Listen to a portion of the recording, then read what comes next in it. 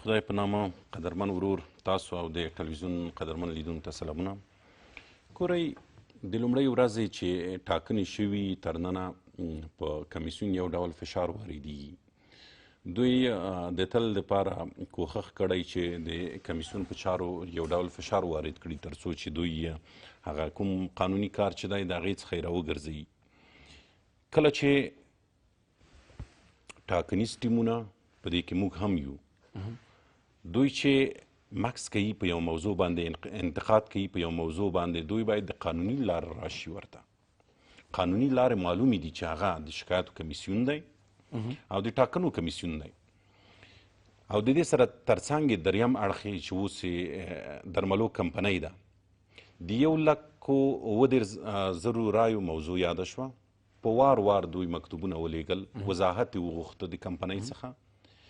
پرون درملو کمپنۍ بل ایمیل ورکړه چې ما سره شته دی دلته، ورته ویې لیکل چې 1,70,000 هغه رایه چې استعمال شوې ده قانوني ده، بلکې په هیڅ وجه په دغه رایو کې د درغلۍ هڅه نه ده شوې. په هیڅ وجه د درملو کمپنۍ وایي چې په دغه هغه ایمیل دی، دوستان هم کتای شي، ما سره شته دی چې پرنټ مې نه کوم، یعنې په هیڅ وجه د درغلۍ هڅه نه ده شوې. دا د یوه موضوع. کله چې د درملو کمپنۍ بل ایمیل ورکوي، د هغې نه مخکې ایمیل دغه دی چې ویلي دي چې دا قانوني دي، په دې کې هیڅ مشکل نشته دی. وضاحت یې ورکړه، ورته وایي چې هیڅ هڅه اصلا نه ده شوې. یو خو هغه د درغلۍ مسله وي، دلته هیڅ هڅه نه ده شوې. دا په دې معنا چې عکس موجود دی د شخص، د عکس څخه عکس نه دی اخیستل شوی، د شخص څخه عکس اخیستل شوی دی، تذکره موجوده ده، هغه واټر لیست چې کوم موجود دی په بایومیټریک کې او په سایټونو کې د هغې په اساس باندې، د هغې پر بنسټ باندې رایه کارېدلې، قانوني مراحل طی کړي او پاکه رایه ده. د ټاکنو کمیسیون دا تاییدوي چې بالکل دا پاکه رایه ده.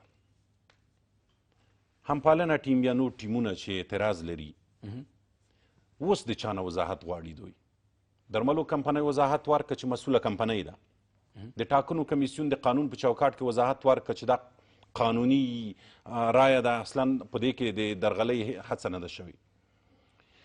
دا د یوه مسله، دا یو جز و. راځو د نن ورځې مسلې ته. ښاغلي عبدالله وویل چې حتی د امنیتي ځواکونو موضوع یاده کړه. زه به همدې کې پوښتنه لرم. اوله اساسي پوښتنه دا ده چې هر څه که بحران په نامه پیښیږي، د هغې مسؤول به دولت ساز ټیم وي، نه بل ادرس. ګورئ، اول د امنیتي ځواکونو مسله که نه، امنیتي ځواکونه یې وڅنډل په یو ډول چې د خلکو ته توطیې جوړوي یا فشار پرې راوړي تر څو چې دوی هغه قانوني نیوکې چې دي هغه ونې کړي. د امنیتي ځواکونه څوک دي؟ په راس کې خو ته یې د هېواد اجرایه رئیس یې. نو تر اوسه خو د امنیتي ځواکونه د تورستانو سره، د دولت مخالفینو سره لاس وګریوان وو، ستا په امر باندې. نو که هر څه کېږي نو بیا یې ته کوي. بنان اشخاص یاد نه کړل، هغه اشخاص چې د امنیتي ځواکونو په راس کې دي. ګورئ، تاسو یې وګورئ، اسدالله خالد دی دفاع وزیر، د هم پخوانی سړی دی، جهادي دی. پسې راشئ د امنیت ملي رئیس چې خپله د ده سړی دی، او یا هم که د ده سړی نه ده به کومک کړی چې دغه ځای ته راغلی، د کاپیسا دی یا د پروان. په همدې ډول د کورنیو چارو وزیر د ده سړی دی، ده راوستی. څوک یادوي دلته امنیتي ځواکونه؟ دا د یو بله مسله. هلته یو بله موضوع یاده کړه د خدای نه د مننې په مورد باندې. ګورئ، یو څوک په دری کې وایي چې ما سپاسګزار خدا هستم، دا ګناه کوي، مننه کوي، هغه شکر ادا کوي د خدای. یو څوک چې د خدای شکر ادا کوي په د بد کار کوي، آیا دا ووایي چې باګوانه ستانه مننه کوم؟ آیا دا ووایي چې عیسی ستانه مننه کوم؟ که دا ووایي چې خدای پاکه شکر باسل دی. ګورئ، پلس هاو نور مسایل دي. دوی یاد کړل د 2.7 میلیونو رایو موضوع، 2.7 اول سقف چې و د ریزلټ شیټ په اساس باندې چې دوی د ټلیفون پر بنسټ باندې دوی هغه کمیسیون دغه رایې ټولې کړې وي. دا هغه رایې وي، زه یو بل شی هم تاسو ته ښیم، دا هغه رایې وي چې اکثریت سامې ځکه نه وي چې هلته اسناد نه و موجود د ټلیفون په اساس دوی دغه ارقام اخیستي وو.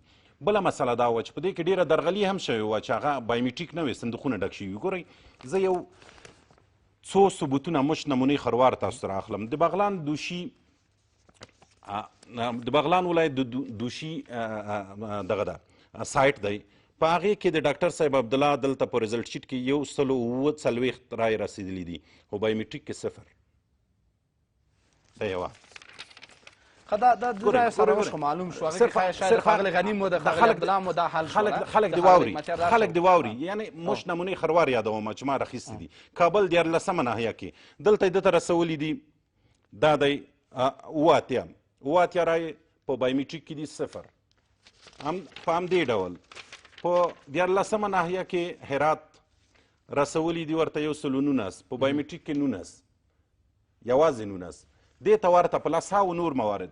دا هغه څه دي چې دوی د طرز العملونو قوانینو پر اساس بحث کوي، وایي چې دغه هر څه چې ویل سوي دي دغه د تطبیق شي. اصلي مسیر ته دې راشي دوی هم در سره مني ټاکنې، نور اړخونه هم در سره مني ټاکنې. که نه پرته له هغه اندېښنه نه لرئ چې دغه بعضې ټیمونو د ډاکټر صاحب عبدالله ټیم په ګډون، د ښاغلي حکمتیار نبیل دوی په ګډون دوی مقاطعه کړې پروسې سره، دوی ویتو کړې دي په دغه وروستۍ پرېکړې، او دوی بالاخره د پروسې پر وړاندې درېدلي دي. دا بد اغېزه سیاسي اړخه پرېږدي. پر ګورئ یوې موضوع ته راځو. کله چې د کمیسیون کمیشنران د ټولو کاندیدانو د رایو په اساس باندې ټاکل کیږي، چې په هغې کې ډاکټر صاحب عبدالله هم یوه رایه درلوده، ولسمشر غني هم یوه رایه درلوده، او نورو ټاکنیز ټیمونو هم کاندیدانو یوه رایه درلوده. دغه خلک د کمیشنران دوی راوستل، ولسمشر یوه رایه پکې درلوده. د هغې په اساس باندې د دوی د ټیم نه یو کمیشنر راغی عملته چې دی د دوی دفاع کوي، یو عملته د دوی مدافع وکیل دی. یعنی مسله څه ده؟ کله چې دوی وایي چې موږ بایومیټریک رایې منو، په اوایلو کې ویل موږ ورته ویل لبیک په خیر راغلی، موږ بایومیټریک رایې تاسو سره منو. بایومیټریک رایې هم ورسره ومنله، ځانونو ته یې برنده په لومړیو کې وویل چې موږ ګټونکي هم یو. ښه چې ته ګټونکی یې نو نن جلسه ولې نیسې؟ بایومیټریک رایې دم پوره یي، خو راشه ته ګټونکی یې نو ولې بیرته په شا کېږي؟ بایومیټریک هم در سره ومنو، بایومیټریک نه په شا کېږي. بایومیټریک درملو کمپنۍ نه مني، د ټاکنو کمیسیون کمیشنران نه مني، د شکایاتو کمیسیون نه مني چې اصلا د شکایاتو اساسي مرجع همغه د هغې ته باید تاسو لاړ شئ او شکایت وکئ، نه دا چې تاسو بایکاټ وکئ. قوانین ټول موجود دي، د هغې په اساس باندې هر څه څېړل کېږي. که د قانون پر ضد باندې څوک رامخکې شول. نه اوس موږ پوښتنه دا ده چې که دغسې موارد نه وي، ولې یو ټیم چې وایي چې رایې لري هغه ولې مقاطعه وکړي؟ خو هغه وایي چې زه د پر دغه دلایلو، که دا دلیل نه وي، دلیل یې څه دی چې دوی باید مقاطعه وکړي؟ دلیل یې څه دی چې دوی باید په خشاته کړي د پروسې څخه؟ دلیل یې څه دی چې دوی باید راشي لویه جرګه کې بالاخره اعتراض علني کړي؟ د عمر فاروق په وخت کې ویل هغه پاچاهي د عمر فاروق ډېره ښه وه. یو وخت ګرځېده یو کور دروازه یې خلاصه کړه، یوه ښځه ناسته د بچیانو سره زمنو ته بچیانو ته وایي چې دیګ اوس پخېږي. ورته ویلي څه خبره ده؟ و عادي ویل دې کې مې څه باندې نه دي، څه پکې نه دي، نو په دروغه مې په اور باندې ایښی تر څو چې دوی غلط کړم او ویده یې کړم. په دې کې څه نشته، د دوی رایه موجوده نه ده. که اصلا رایه موجوده وای دوی به اوس مقاطعه نه کولای، دوی به د قانوني لارو څخه مخکې تلای. سلامت مننه کوم. ښاغلی صافی د فشار بحث مطرح کېږي. اول کې د بایومیټریک او غیر بایومیټریک هغه ومنل شوله، بیا درملو کمپنۍ راغله، بیا هغوی خپل وضاحت تاسو په ایمیل کې درکړی، کمیسیون خپل وضاحت تاسو درکړی د رایې په هکله باندې. وایي په مکرره توګه فشارونه واردېږي او بالاخره فشارونه دې ته راغله چې اوس فشارونه د خلکو د اذهان ته مخشوشتیا هم راغله، مثلا امنیتي ارګانونو باندې یا ځینې امنیتي مسؤلینو باندې اتهامات هغه خپل وضاحت نه لري، هغې کې هم دوی ځواب درلوده. وایي چې دا ټول هغه فشارونه دي چې توجیه کوي خپله په یو اصطلاح ناکامي. موږ چې وایو چې دولت ساز ټیم متقلب ټیم دی، دلایل لرو. یو دلیل دا ده چې ښاغلي اصولي په همدې میز کې همدا اوس وویل چې ډاکټر عبدالله امنیتي ځواکونه وګواښل او توهین یې وکړ. موږ په تمامه معنا امنیتي ځواکونو ته سلام او احترام لرو، زموږ د ناموس او زموږ د خاورې ساتونکي دي. ډاکټر صاحب عبدالله ویلي دي چې د ارګ هڅه دا ده چې د امنیتي ځواکونو نه د ابزار په توګه د فشار په توګه استفاده وکړي، ولې خوشبختانه زموږ امنیتي ځواکونه قوانینو ته پاسدار دي، زموږ دي. زموږ تمه دا ده چې دوی باید خپل اساسي امنیتي مسؤلینو بحث خپل اساسي دندې وپېژني چې هغه د خلکو د ناموس او د افغانستان د خاورې دفاع او ساتنه ده او بس. یعنی دا په خپله د تزویر او د جعل بحث دی. یو بل دا د زه ډېر خوشحاله یم نن په دې بحث کې چې اصولي صاحب یوازې 100 رای ما ته په نمونه کې وړاندې کړی چې ګویا ډاکټر صاحب عبدالله پې تقلب کړی. 100 رای که موږ تقلب کړی، موږ د افغانستان د خلکو نه بخښنه غواړو. ولې دا میلیون تقلب چا کړی دی؟ د ټاکنو خپلواک کمیسیون دی دا یې پشا که دا ریزلټ شیټ او نه ریزلټ شیټ څه معنی؟ تقلب دې کړی، صندوق دې ډک کړی دی، موږ ته یې وښیه دا چا کړي دي. که موږ کړي د خلکو نه بخښنه وغواړو، که نه یې کړي له اقل د افغانستان خلک به وپوه شي چې متقلب څوک دی، جعلکار څوک دی. راځم فشار یو بحث مطرح راځم فشار ته. عین تقلب هم کې دوی وایي چې دا مش نمونې خروار ده. یعنې تاسو هم توقع لرو چې د دوی په ټیم پاک هم باید وښودل شي. یو نقطه بله فشار څه معنی؟ دا زما حق دی، د پروسې طرف یم، زه هم دا پروسه دی د ټاکنیزو قوانینو پر اساس تطبیق شي. دا چې ما ته وایي چې د درملوک کمپنۍ پرون یې میل کړی دی، زه دا بالکل تاسو سره منم، کمپنۍ یې میل کړی. دا رایه د افغانستان په قوانینو کې تعریف لري، یعنی هر کاغذ رایه نه ده او په صندوق کې هره پرته رایه نه ده. رایه ځان ته جلا تعریف لري او هغه دا ده دا تقریبا د 4533 محلونو، یعنی د افغانستان د سرنوشت خبره ده. څنګه کېدای شي چې ستا 4533 محلونو کې د کارمندان داسې روزلي وي چې هغه د احتیاطي ډیوایس او اصلي ډیوایس ترمنځ تفکیک نشي کولی؟ بیا قربان د شم ستانګزی صاحب، هلته پروسیجر دا ده چې کله ستا ای ډیوایس اصلي ډیوایس کار نه کوي، هغه چیپ به ځینې وباسي په بي ډیوایس کې بیا دی. دوی وایي نه درملوک ښه دا هم د سره منم، دا رایې ولې درملوک قرنطین کړي په شروع کې؟ خدایي ویل چې دا موارد ګورې قرنطین د شک حکایت کوي منم او شک رفع کېدی شي. آفرین ستانګزی صاحب، زه که ما یوه خبره نه مهرباني ما سوال وکړه مهرباني ښه خبره ده. ګوره شک یې وکړو، صحیح ده، دا رایې شک ته لاړې. د دې رایې د شک نه د ایستو لپاره پروسیجر موجود دی د افغانستان په ټاکنیزو قوانینو کې. هغه دا ده چې د ټاکنو خپلواک کمیسیون به دا بررسي کوي، څېړي به او په دې اړه به مصوبه وړاندې کوي چې دا رایې موږ وڅېړلې او دا مصوبه ده، دا رایې پاکې دي. لطفا اصولي صاحب د ایمیل په ځای باندې ما ته د ټاکنو د خپلواک کمیسیون مصوبه وښیي. ما ته کمیسیون طرف دی، درملوک کمپنۍ ما طرف نه دی، هغه خپله تصفیه کړې. زموږ تاکید دا دی د تصفیه ولې د کمیسیون خپل وضاحت درکړه تاسو نه ده راکړې، که راکړی تاسو یې وایئ کله یې راکړې. بل دا ده کومه تصفیه چې د درملوک کمپنۍ کړې ده دا ولې پټوي کمیسیون؟ دغه کمیسیون چې بیا شمېرنه پیل کړه معنا دا چې په هغه رایه باندې قناعت لري، 1,130,000 رایې چې قناعت لري. خو دوی د اول د دا یو ګوره خپل اعمال دي خپله نه چلنجوي کمیسیون. 1,30,613 رایې دا چې قرنطین ته تلي یا ستا په عبارت شک ته تلي، صحیح ده، د شک نه چې وځي د ټاکنو خپلواک کمیسیون به یوه مصوبه یو فیصله نامه کوي. دا سبا د ټاکنو خپلواک کمیسیون دا مصوبه خپل اعلان کړي، موږ یې منو چې یو شی خپله کمیسیون ته یعنې د ټاکنو د خپلواک کمیسیون رهبرۍ ته د منلو نه دی. زه یې څنګه ومنم؟ 1,02,012 رایې دا چې د ټایم نه مخکې د ټایم نه وروسته، اوس د استدلال څه دی؟ دا ولا کارمند غلط شوی دی او اے ایم او پی ایم کې غلط شوی. مولا دې دغه کارمند تباه کړي چې دا د افغانستان په سرنوشت باندې لوبه کوي، په اے ایم او پی ایم نه پوهېږي او دا د ټاکنو د خپلواک کمیسیون کارمند دی، هلته په ولایت کې ناست دی، ما ته زما سرنوشت ټاکي. لطفا دا هغه موارد دي چې دا د افغانستان د هیڅ وګړي ته د منلو نه دي.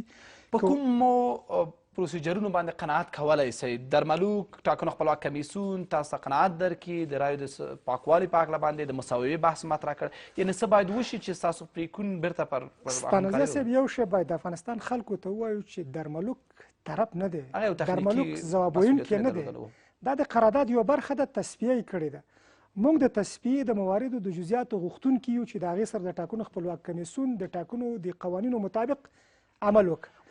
یو شی چې موږ غواړو هغه ډېر واضح دی، موږ ټاکنیز لوایح، طرزالعملونه، ټاکنیز قوانین د دې بشپړ تطبیق غواړو. موږ ته دا سره خطونه دي، دا مهمه نه ده که دا ګټه ده که دا بیلات دي. د ټاکنو خپلواک کمیسیون د تصفیه د اراو که بیا شمېرنه ده که قرنطین دی که بوتلان دی که هر شی دی، دا د خپلو قوانینو پر اساس وکړي. ما سره د دنیا قوانین دلته پراته دي، ته په خدای باور وکړه چې دا اوس شمېرنه هم غیر قانوني ده. دا کوم کار چې تر اوسه د ټاکنو خپلواک کمیسیون کړی دی ګونګ پاتې دی، خلکو ته ځواب نه وایي، ځکه یو مکلفیت د ټاکنو د خپلواک کمیسیون دا ده چې باید ځواب دی اوسي. ولې ځواب نه راکوي؟ زه خو د پروسې طرف یم. راځو د نن ورځې د نیوکو بحثه. کمیسیون تخنیکي پروسه کې تاسې خپل نیوکې لرئ، ملاحظات لرئ او هغه حق هم دی که مستند وي موارد او همدارنګه پر قانون او طرز العمل باندې تاکید کوي کولی شي چې اعتراض ولري. ول بحث راځي پر اتهاماتو چې هغې ته ښاغلي صالح هم تازه ځواب درلوده په اجتماعي رسنیو کې، دلته ښاغلي اصولي هم ځواب درلوده چې هغه اعتراضات د خلکو اذهان مخشوش شي. د امنیتي مسؤلینو بحث وشو، بیا بیرته ځواب ده چې امنیتي مسؤلین خو ګرده ستاسو دي یا په توافق شوي دي حد اقل، او دغه رنګه د حکومت بحث و د حکومت د مداخلې بحث و، او بیا راغله دې ته چې متهم سي پر دې باندې یو ټیم چې بحران ته کلاړه مسؤلیت د دوی دی. ولې باید مسؤلیت د یو ټیم اوسي؟ مسؤلیت باید د ټاکنو کمیسیونو اوسي، مسؤلیت باید د هغه داخلو اړخونو اوسي. د امنیتي ځواکونو په اړه باندې ما د خپل ټیم موقف روښانه کوم او د رهبرۍ البته د ځواکونو په هکله ما واورېد ډاکټر صاحب الله نظر مثبت وویل ویلې چې په رهبرۍ یو څه هغه وارد کوي. موږ چې وایو د ټاکنیزو ټکټونو ترمنځ په دې برخه کې اجماع ده چې د ټاکنو خپلواک کمیسیون چې کومه بیا شمېرنه پیل کړې خطا ده. مخکې له دې نه باید ثقب معلوم شه، مخکې له دې نه د تصفیې سرنوشت معلوم شه، بیا د ټاکنو خپلواک کمیسیون شمېرنې ته ځي. دا که بحث یوازې د ثبات او د همپالنې ټیم وي نو زه به د اصولي صاحب سره موافق او ستا سره موافق وم. فکر وکړه چې دا د افغانستان د خلکو بحث دی، یعنې ټول ټاکنیز ټکټونه په دې باندې اجماع لري. موږ چې وایو چې دولت ساز به د دې بحران لامل وي هغه دا ده چې په شفافیت کې مرسته نه کوي، ټاکنیزو قوانینو ته غاړه نه ږدي، پروسه منحرف کوي، او تاسې پوهیږئ چې له ټولو دولتي امکاناتو نه، له ټولو هغه ابزارونو چې د ارګ په اختیار کې د استفاده شوي ده او د دې بې شمېره موارد د شکایتو د کمیسیون سره شریک شوي دي. زموږ غوښتنه چې شی ده، موږ وایو د خدای په خاطر دا یوه ملي پروسه ده، د خدای په خاطر دا د ولسواکۍ اساس او بنسټ دی. بس ته چې دا دومره مسخره وشوه دا مه مسخره کوئ. فقط دلته پرېږدئ چې دا ټاکنې شفافې وشي، پرېږدئ چې دا ټاکنې د قانون په اساس وشي. یو پوښتنه مطرح کېږي، تاسې دولت ساز ټیم څخه په دې ګیلمن یاست د راتلونکي احتمالي بحران عامل بولئ چې د شفافیت په پروسې کې د تاکید جز نه دی، یعنې تاسو سره ملګری نه دی چې باید تاکید کړي. دوی برعکس بیا دا ادعا کوي چې موږ هغه کمیسیون ته چې ټولو کاندیدانو په اجماع سره ټاکلي دي دا کمیشنران، د هغه پرېکړو ته، د هغه صلاحیتونو ته او د هغه خپلواکۍ ته درناوی لرو، ولې باید پرې فشار وارد کړو؟ څه چې کمیسیون کوي هغه باید طرز العمل مطابق موږ ورته درناوی لرو او د هغوی خپلواکۍ ته درناوی لرو، موږ فشار نه واردوو په نیټه کې په بل کې. زه وایم دا کوم موارد چې ما یې د توضیحاتو غوښتنه کړې ده د دولت ساز نه مې نه ده کړې، ما د ټاکنو د خپلواک کمیسیون نه کړې ده. یعنې په دې بحث کې چې زه تا سره یم، زموږ طرف په اوسني وخت کې د ټاکنو خپلواک کمیسیون دی او تقلب دی. دولت ساز دی ووایي چې یا تقلب دی په خپله دا طرف دی او یا دا په خپله د ټاکنو د خپلواک کمیسیون نماینده دی. ولې اول پیل تاسو نن په اعتراضیه غونډه کې وکړ، دولت ساز څو ځلې مخاطب شو پر دې چې سوء استفاده کوي، متقلب ټیم دی. زموږ د ډاکټر صاحب عبدالله کلمات دقیقا چې زه اشتباه ونه کړم دا و چې راځئ دا پروسه شفافه پرېږدو راتلونکي افغانستان ته، راتلونکي نسلونو ته.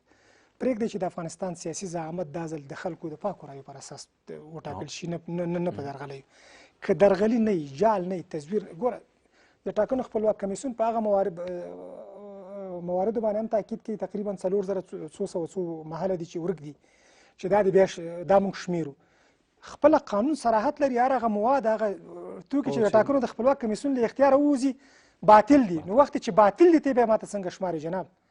بناء زموږ تاکید، موږ ته ټاکنیز قوانین، د ټاکنو خپلواکي او د ټاکنو بېطرفي په هر حالت کې دا غواړو او د دې نه تېرېدونکي نه. سلامت اوسئ. ښاغلی اصولي، دلته بحث یا مخاطب دولت ساز ټیم نه دی، بحث دا دی چې دوی پر شفافیت، پر هغه شفافیت تاکید کوي چې هغه په قوانینو طرز عملونو کې واضح دی. د 1,130,000 رایو سرنوشت هم چې دی د ټاکنو خپلواک کمیسیون مصوبه ورکړي، هغه کمیشنران د په کلاسلیک کې دوی مني ورسره. دغه رنګه ځینې نور مباحث چې د قوانینو مطابق د دوی ته قناعت ورکړل شي دوی مني.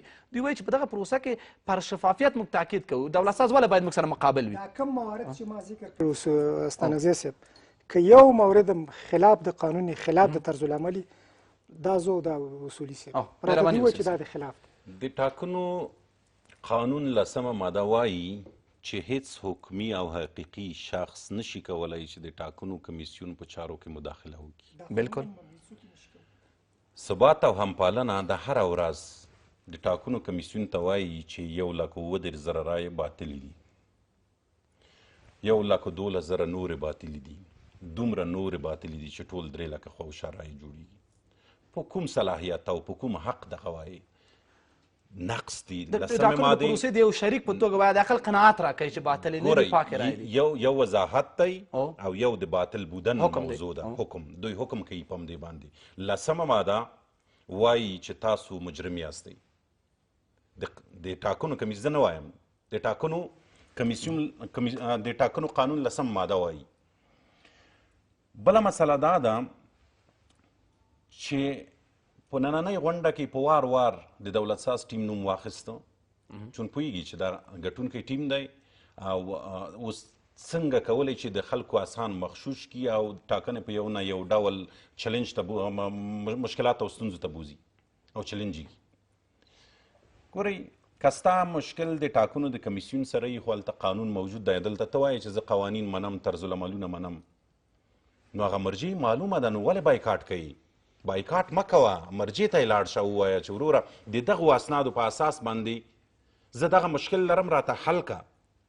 هغه خلک چې تا ټاکلي ستا په رایو باندې راغلي، همغه کمیشنران، هغې ته ورشه، هغې ته ووایه چې وروره دغه مشکل لرم، راته حل یې که. نو بیا ګورئ دوی وایي چې د حل د وضاحت د مسایلو غوښتنه شوې ده، کله چې دوی دې حتی نتیجې ته رسېدلي چې کمیسیون روان دی مخکې او د دوی هغه ته اعتنا نه کوي، نو دوی بیا راوځي دا خو یو وارې کمیسیون پرېږده، کمیسیون اخته دی، ته وضاحت غواړې د درملو کمپنۍ نه او د ټاکنو کمیسیون نه.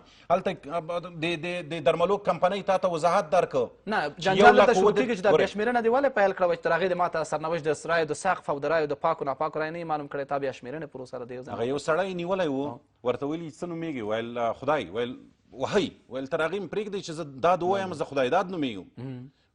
تر هغې خو یې پرېږدئ ټاکنو کمیسیون چې دوی کار وکړي، دوی خو کار ته نه پرېږدي.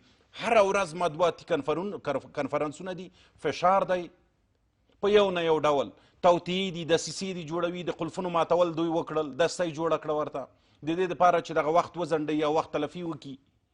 په لسهاو نورې دسیسې جوړې کړې د دې دپاره چې دغه د مشکلات ایجاد کړي، تر څو چې د ټاکنو پروسه د مشکلاتو سره مخ کړي او د خلکو په اسهانو کې دا ورکړي چې ګواکې دلته تقلب دی، هغه دی، دا دی. وروره 2009 کې تقلب و، کارزای د مرۍ نه رانیولی و، پاچا نه شوي. 2014 کې غني د مرۍ نه رانیولی و، پاچا نه شوي. 2019 کې د بیا همغه سړی رانیولی دی او بیا هم غواړي پاچا کېږي. په خدای که پاچا شي وسړیه، راشه ځان کاندید که کم پارلمان ته که چا رایه درکړه. بنان ملي پروسې دې نه مخشوشوي، نه دې خرابوي د خلکو، لکه څنګه چې د کار وایستې. ډېره ښه نه وله چې ټولو یو هغه موجود طرزالعملو قوانین دي، یو مو پر یو بل طرزالعمل باندې یا یو څو مادو باندې دغه ټولو کاندانو دولت سازو ثبات عمله ټول اجماع کړی چې وروره دغه پر اساس باندې رایې منو، دغه پر اساس رایې نه منو، او بیا تللي وایي د ټاکنو پروسې ته. دا بحث مخکې دی چې موږ اجماع پرې رامنځته کړو، موږ جنجالي کړی دی، یعنې طرزالعملونه موجود دي، قوانین موجود دي، ټاکنو پروسې. ټول ولې پردې ټینګار نه کوي؟ دوی وایي چې موږ پردې ټینګار کوو. راځئ چې ټول پردې ټینګار وکړو، د قوانینو پر اساس رایې وشمېرو. ګورئ د قانون په اساس باندې بایومیټریک کمپنۍ سره قرارداد شوی یو اړخ دی. د ټولو ټاکنو د درغلۍ مخه یې تقریبا 85 تر 90% د بایومیټریک کمپنۍ یا درملو کمپنۍ چې بایومیټریک دی د هغې په اساس باندې نیولی. 80-90% درغلي هلته رفع شوې، دوی هغه نه مني. اول یې منله چې ویل زه موږ ګټونکي یو. کله چې پوه شول چې بایومیټریک کې رایې قرنطین نه شوې او باطله نه شوې، نو دوی راووتل چې نه موږ بایومیټریک هم نه منو. اوس دوی دلته وایي چې موږ طرزالعمل منو، قانون منو. وروره دا ټول چې منې، خو هلته درملو کمپنۍ درته وایي چې دغه رایې بایومیټریک شوي دي، ته وایې چې بایومیټریک منو. په کوټه کې نه دي ډک شوي، په کوټه کې یو کس کینی احمد ته ډکوي هلته بایومیټریک اساس نه لري. رایې لاړلې قرنطین شولې، دا بیرته رایې چې بیرته راځي د دغه وضاحت خو باید ورکړل شي دا له کومې لارې بیرته راغلی، دغه پروسیجر څه و، څومره مراعات شو، هغه اصول صحیح ده. دا رایې قرنطین شوې خو پاکې رایې وي، فرض کړئ ثابته شوه چې پاکې رایې. سوال چیرته دغه اثبات دلایل دوی ته وویل څه؟ خبره دغه ده، کله چې دغه دوه بایومیټریک موضوع چې دوی یادوي، لومړی بایومیټریک ان شوی دی د سهارا، دوه بایومیټریک دي، لکه دغه یو ټلیفون همدې ته ورته یو بل په همدغه ځای کې ایښي چې یو احتیاطي ځي ورسره، که چیرې د دې بیټرۍ خرابه شوه یا د مات شو یا هر څه چې وشول کار یې ونه کړ، نو د دې بایومیټریک څخه به کار اخلي. دا ان شوی دی، د دې په ځای د بل راخیستل شوی دی په ټول افغانستان کې، یعنې په ټول افغانستان کې دغه دا په ځینو مراکزو محلونو کې شوی، دغه بل یې راخیستی، د دې نه کار اخیستل شوی دی. همغه قانوني پروسیجر چې په دې تی شوی په دې هم تی شوی، همغه ریزلټ شیټ، همغه واټر شیټ چې کوم دی په دې کې هم شته دی، واټر لیست په دې کې هم شته، په دې کې هم شته دی. دا ماکس اخلي، دا همغه تذکرې، همغه عکس، په عین ډول هغه ټول قانوني مراحل دغه هم طی کوي، دغه هم طی کوي. فقط راځو مسله دا ده، زه راځم کله چې د دې څخه کار واخیستل شو په آخر ورځ کې سرور ته دغه معلومات لیږدوي چې مثال 100 رایې وکارېدي. دوی شکي دلته په څه شول؟ په شک کې دغه موضوع وه چې د دې نه ولې کار نه دی اخیستل شوی، دې نه ولې کار اخیستل شوی دی چې دلته درغلي نه وي شوي. کله چې ولیدل شول د بایومیټریک کمپنۍ په همدې کې بایومیټریک کمپنۍ د افغانستان کې نه ده بلکې د نړۍ په 1415 هیوادونو کې همدغه ټاکنې پر مخ وړي دي. یعنې د داسې کمپنۍ نه ده چې نن افغانستان ته راغلې ده. کله چې ولیدل شول دا بررسي که د خپل قانون په چوکاټ کې هلته د درغلۍ هیڅ علایم او هڅه نه وه. نو چې نه وه وروره ته ولې نه منې ما سره؟ نو هر څه نه منم، دا نه منم، نه منم، دا نه منم، امنیتي ځواکونه نه منم، ټاکنو کمیسیون نه منم، درملو کمپنۍ نه منم، انتخابات نه منم، تا نه منم، هغه نه منم، ځان منم. فقط پر سیاسي سرنوشت بحث کوو که دغسې مخالفتونه روان وي او دلته ډېرې لنډې ورځې ته پاتې دي چې موږ باید لومړني نتایج اعلان ولرو او لومړني نتایج اعلان هغه چې لا پر پروسه اجماع نشه، کاندیدان مخالف دي، حداقل 3 کاندیدان نومونه ما واخیستله چې د ستاسو د نظریې برخلاف هغوی د دغه پرېکړو پر وړاندې ولاړ دي. دا به یو ناسم اغېز او تاثیر پر پروسه باندې پرېنږدي؟ فکر نه کوئ چې نتایج به جنجالي شي؟ زما په نظر د 2014 کال نه دی. په 2014 کال کې دوی ټاکنې په یو ډول قومي کړي. اوس حکمت صاحب دلته ناست دی، پښتون دی، دغه دی، د ډاکټر صاحب عبدالله نمایندګي کوي. دا وار دغسې نه ده. د دولت ساز ټیم ویاندویان اوس هزاراګان، تاجکان، نورستانیان او د هر ټیم نه دي لکه په دوی کې چې دي. زه دومره ویلی شم لکه زما رایه چې پنشیر کې وه، لکه چې دولت ساز رایه په جوزجان او په بدخشان او په نورو ولایاتو کې وه. په همدې ډول دا وار خلکو ولیده چې رایه باید چاته ورکړي، په ملي ډول یې هغه رایه وکاروله. سیاسي تشویش ورته نه لرئ؟ تشویش کې اصلا موضوع نشته دی. 2014 کال نه موضوعات خلاص شوي دي. دا وار به یې مني که د قانون په چوکاټ کې به یې مني. په نورو مسایلو باندې په هغه غیر قانوني مسایلو باندې دوی هم پر مخ نشي تللی. ډېره مننه، سلامت اوسئ. یو کوچني تخنیکي بحث نه صافی صاحب، درملو کمپنۍ د تصفیې مسؤلیت درلوده پر رای باندې د بایومیټریک آلو پر تبدیل باندې شک و، بالاخره تاسو ته مې ایمیل وکړ، خپله یې اطمینان وکړ، وضاحت یې ورکړ چې هغه زموږ شک رفع شو، موږ تصفیه کړې دغه رایې سمې دي، ولې مو پر قناعت ونه کړ؟ غیر بایومیټریک رای قطعا نه حسابېږي. دا بحث حل شو، په دې باید قناعت سره وایي چې مکررا پروسې ته پلمې پیدا کېږي او فشارونه واردېږي او یو 10مه مادې بحث یې وکړ چې تاسو عملا مداخله کوئ د هغوی په چارو کې. پرېږدئ چې کمیسیون خپل کار وکړي، خپل اعتراضات د رسمي پروسیجرونو څخه مخکې بوځئ.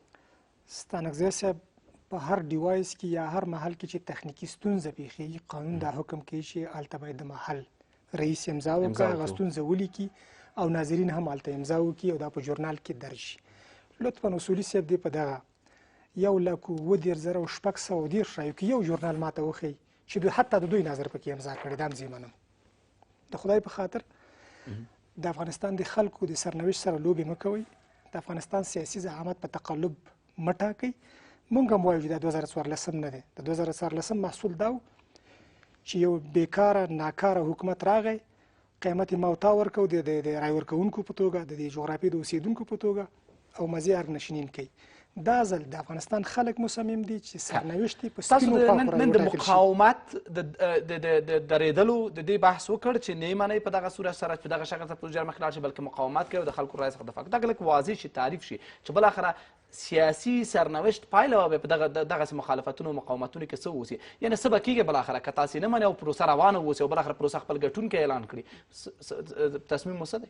ټاکنیز قوانین چې قدم په قدم نقض کېږي، موږ د دې جغرافیې د اوسېدونکو په توګه مکلف یو چې د قانون نه پاسداري وکړو.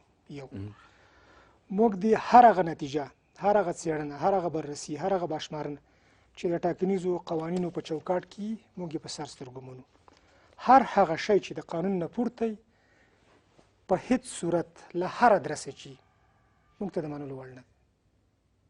ولې همدغه طرز العملونو قوانینو باندې دوی هم در سره استناد کوي؟ یعنې خلکو نه لاره ورکه دغه څوک زه ستانه یو ساده مثال غواړم. دا 1,17,610 رای قرنطین شوي. اصولي صاحب هم وویل صحیح ده، شک پکې و.